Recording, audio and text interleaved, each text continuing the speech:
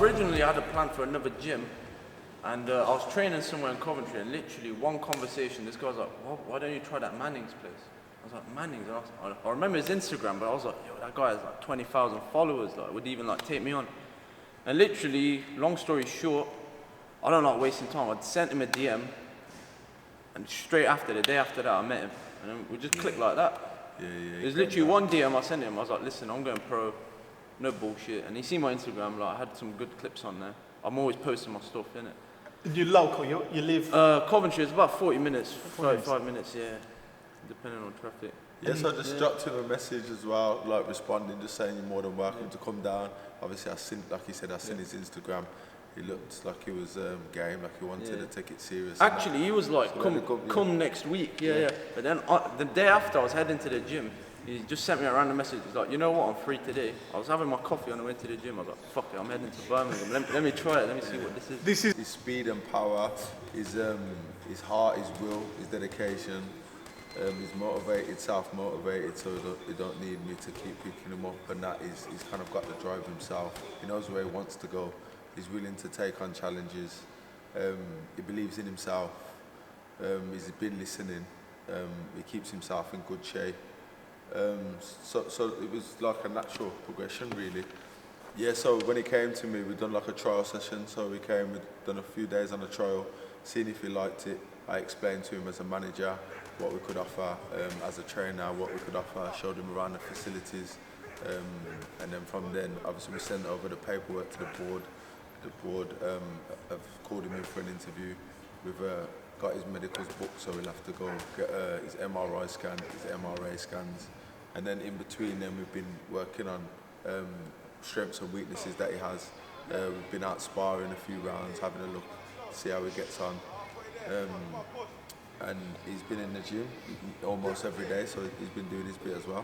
It's the norm. I just feel like he's the same as me, and we're just active. Like I'm one of them people that, like he says, don't waste time, straight to the point. If we're doing it, we're doing it. If we're not, we're not. And obviously, when he goes, I'm working, and when I go, he's working. Do you know what I'm trying to say? And me, my whole career, like I appreciate all my amateur boxing coaches. Like they got me where I am, but realistically, I've become the fighter I am today just by myself. Like, I've just been taking myself everywhere, just hitting the bag myself. I've never had someone like, first session, 1 hour, you just analyse me hour straight up. Like, I've never had that attention. And obviously you give attention to detail like that on a fighter who's already got to this level. Like, you can only imagine like what can become in it. And that's the quality of the gym and the services that we offer. Just like you say, it's tailor-made to the boxer. Listen, he's got individual needs, and we need to obviously address them. We need to see where he's at, what he's good at, what he's not so good at, what he could work on, what he needs more than work on. And then over time, like he says, it's a natural progression that he's going to be a very talented person, fighter. He's got a very big personality, and he's very adaptable. Like obviously, he's an older man for me, but he's still youthful. He's got a very like a personality he can adapt. His knowledge is great. Business minded, training wise, everything that you need in a person to get you where you need to go. Yeah, so his style was still suited to the amateurs, so it was more like hit and run, hit and move, like in between, kind of like just nicking shots and moving with like flash movements kind of thing. But then like now I just told him shorter movements, smaller steps, good shape, good base, and obviously other things that we're doing, working on the inside, controlling the pace, loads of different things we've been working on behind closed doors, sitting down on the shots, trying to punch harder. We've been working on loads of stuff compared to, like I say, him being skillful, flashy, hit and move kind of fighter, giving away a lot of space, pot shotting, single shots and moving, that kind of. Yeah, so Mikey came to me, want to know. Within 10 months, he had 5 fights underneath me training and managing him. So he had 5 fights, and now he's in a position to fight for the Midlands title. We're happy to take on any comers for the Midlands. He feels like he wants to test himself. I feel like he's at that capability as well, where he wants to test himself and, you know, see if he can prove himself and mix with these people that are also in contention for the Midlands title. So moving forward, we're probably looking at June dates, them kind of that time frame. He did have a date. We was looking at May, but we had a little setback in the training, so we just rescheduled for like June.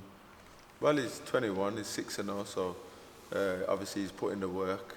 He's still got, I don't know, he could be a veteran in the game, 14 years. Like, that's what I'm saying, like, it could be retiring at 35, 14 years, how many fights? Yeah, so the sky's the limit, really. You don't really want to put a ceiling on what he can achieve, but obviously it's all about progression, development, learning new things, learning new tricks, being able to adapt, working on different styles, and then just believe in the process. At the end of the day, his skills will take him to where he wants to go, and if you're adding to them every day, then surely you should get somewhere in it. Yeah, so over my experience of boxing as a professional, I'd like travel to many places for different services, and I realised as a professional you go to a boxing gym and just do a bit of boxing, but then you need to work on your S&C, but then you need to go and recover at like David Lloyd gyms and you know, contact physios and nutritionists online, on Instagram, ask people for word of mouth, who shall I use. The gym facilities where you're training and where you're working, and becomes the second home to you as a fighter and a trainer. It should be clean, it should be vibrant, it should have all sorts of different things to improve your game. So that was just the key to it, really.